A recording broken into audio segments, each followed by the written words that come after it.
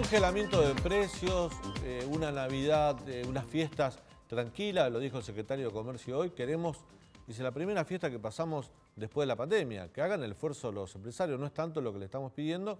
Sin embargo, los empresarios no están todos de acuerdo en decir que sí, otros dicen ni y otros directamente dicen que no. Bueno, ese escenario lo vamos a analizar con Miguel Ángel Calvete, que es director del Instituto de Estudio de Consumo Masivo. Miguel, gracias por estar con nosotros. No, gracias a ustedes por la invitación. No es tan fácil congelar precios en ningún país del mundo y me imagino que en la Argentina con 55% de inflación de expectativa, mucho menos, ¿no? No, es muy complejo.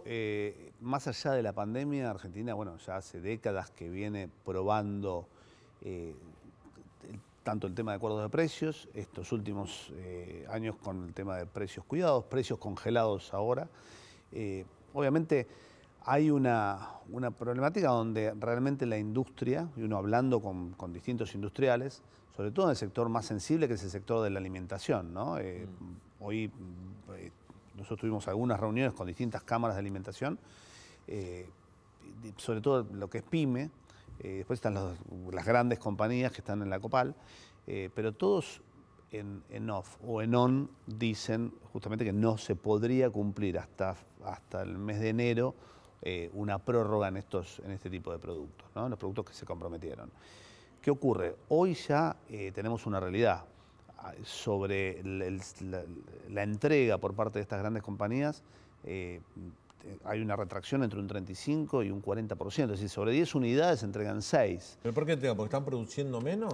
Se está produciendo menos, hay una expectativa inflacionaria muy compleja, realmente... Una devaluación posible. Y una posible devaluación. Entonces ahí se mezcla la imprevisibilidad que tiene nuestro país, la especulación de muchos sectores, la falta de insumos. No nos olvidemos que la mayoría de los insumos son commodities, plástico, acero, los envases larga vida, químicos.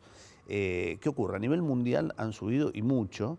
¿Por qué? Porque hay una sobredemanda, porque estamos saliendo de la pandemia, en primer lugar. Y en segundo lugar, porque hubo una inflación en dólares. Estados Unidos, al igual que todos los países del mundo, han emitido, y bueno, Estados Unidos, al manejar el patrón dólar, exporta inflación. Es decir, esa inflación, para comprar la misma tonelada de acero, de soja o de plástico, hace falta mayor cantidad de dólares.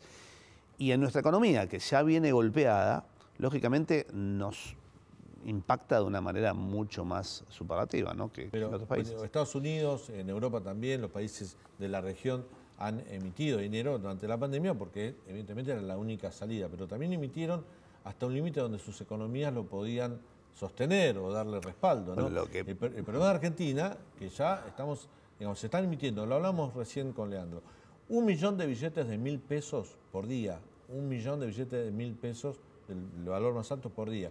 Mientras dure esta conversación que tenemos con vos, Miguel, se van a estar imprimiendo un promedio de 20 a 25 millones de pesos. O sea, es demasiado. Sin lugar a dudas, la expansión monetaria de la base monetaria en Argentina en la pandemia, o sea, previo a la pandemia era compleja, pero no tan grave, pero en la pandemia fue muchísimo y de hecho hoy lo estamos viviendo, ¿no? Hay prácticamente casi 30 millones de personas que cobran un cheque del Estado, sí, ya sea por cualquiera de los planes, que no vamos a jugar si son o no legítimos, la gran mayoría son legítimos. Hay uno que es un derecho, que es la asignación universal por hijo. Sin lugar a dudas, no podemos poner en tela de juicio eso, pero obviamente es algo que en algún momento esa rueda tiene que frenar porque es una bola de nieve. Y de hecho, el Fondo Monetario, recién escuchamos a Gustavo Marangoni, el Fondo Monetario es va a dar determinadas pautas y esas pautas...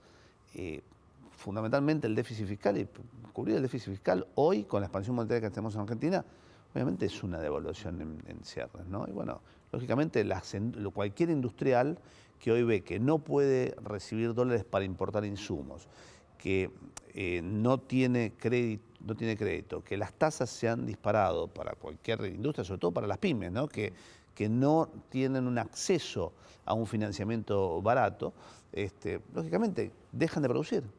Y al dejar de producir se contrae la oferta, y al contraerse la oferta y sostenerse la demanda se genera inflación. Ese es un poco el tema de fondo, ¿no?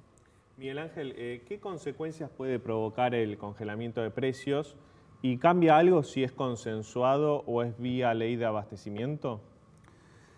Bueno, la ley de abastecimiento es una ley que tiene casi 50 años, ¿no? Es una ley de la época de Gerber, creo que cuando se aplicó la última vez, y después no se volvió a aplicar.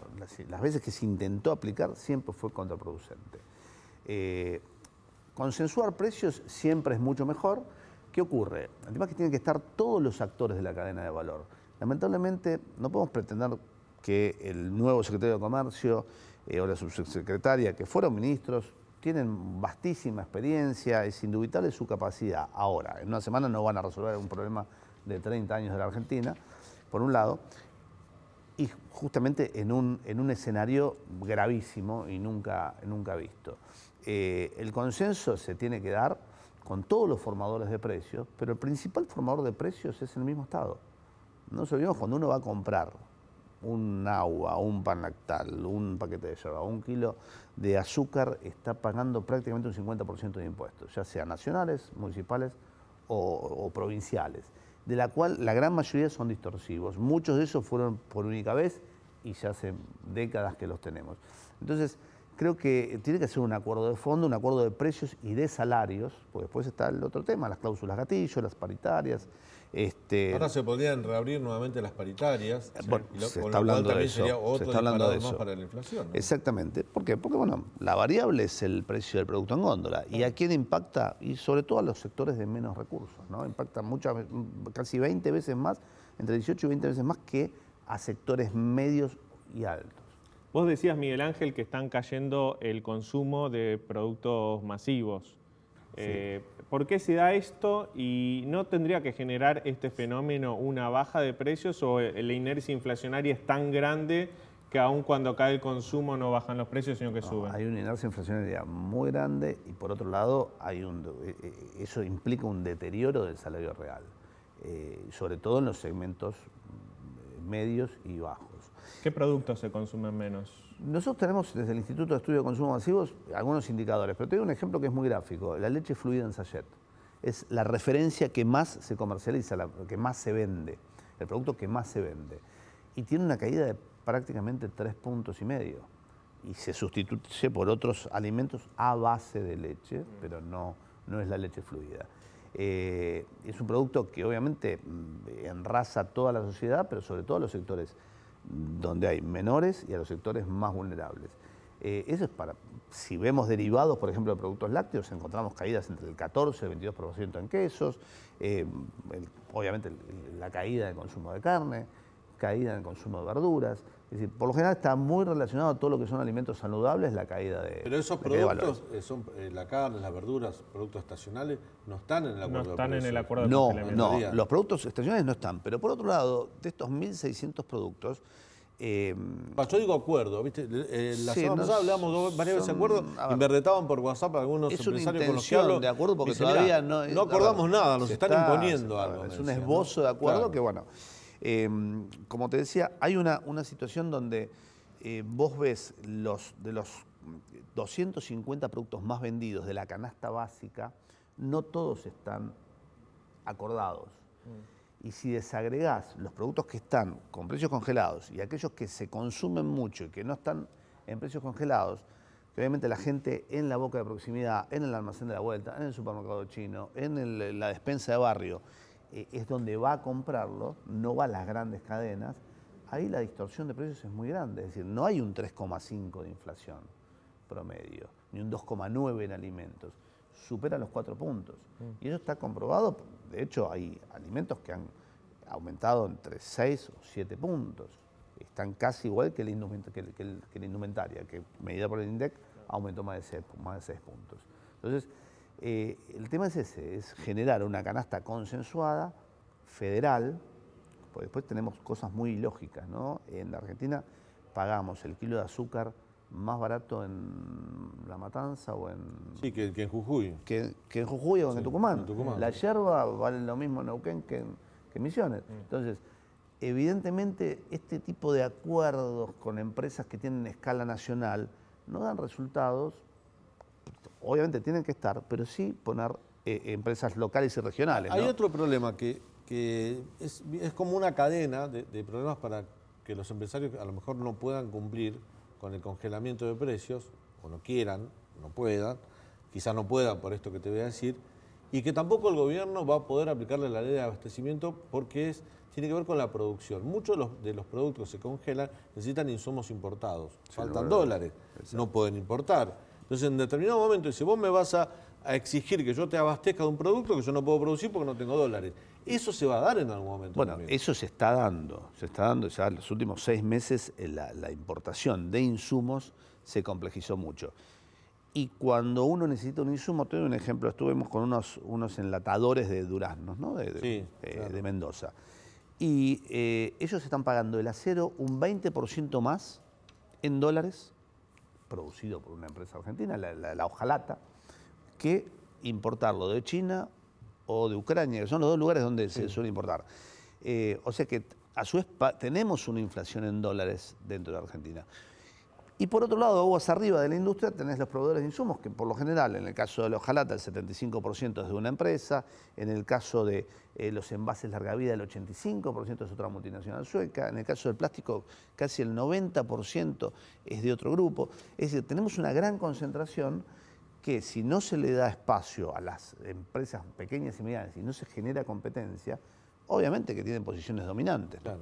Él es el especialista nuestro de la economía, tiene la última. Feletti decía que justificaba el congelamiento diciendo de que van a vender más los productores de alimentos y un empresario me decía, si yo tengo que vender más, tengo que producir más y entonces tengo que importar más y voy a terminar perdiendo plata. Volviendo perdón, al tema del reino del revés, ¿no?